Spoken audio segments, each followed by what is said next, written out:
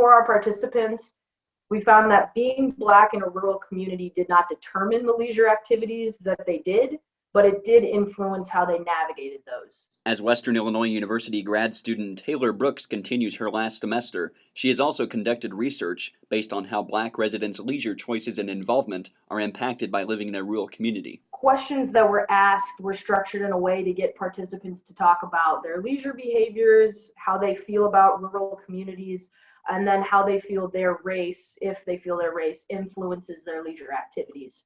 Brooks's research developed conclusions that were presented at the Illinois Park and Recreation Association conference and hopes that leisure professionals can apply these recommendations to their agencies. Our participants found rural communities to have pretty unique characteristics. So some found them to have a greater sense of community than urban areas. Others associated them with a brand of Christianity, more conservative views. And then in terms of leisure, one of the bigger themes there was they all found that leisure was not as available in rural spaces, but our older participants thought it was more accessible in those rural areas. Before Brooks graduates in May, she must defend her research to a faculty committee and hopes to hold her defense in mid to late March.